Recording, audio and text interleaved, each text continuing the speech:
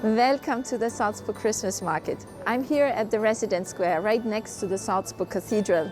The Christmas market opens every year in November and ends on the 26th of December. There are 96 businesses and it's great to just walk around and get ideas for Christmas decorations, toys, incense, lots of arts and crafts.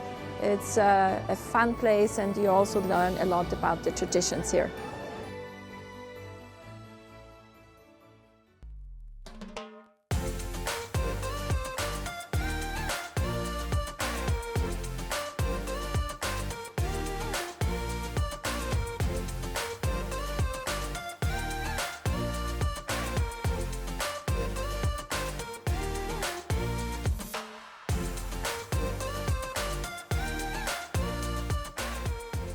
If you love Christmas, you must come to the Salzburg Christmas Museum.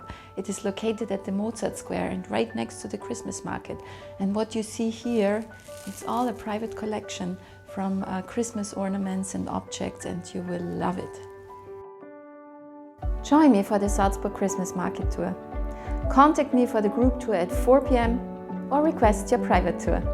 Happy holidays and see you soon!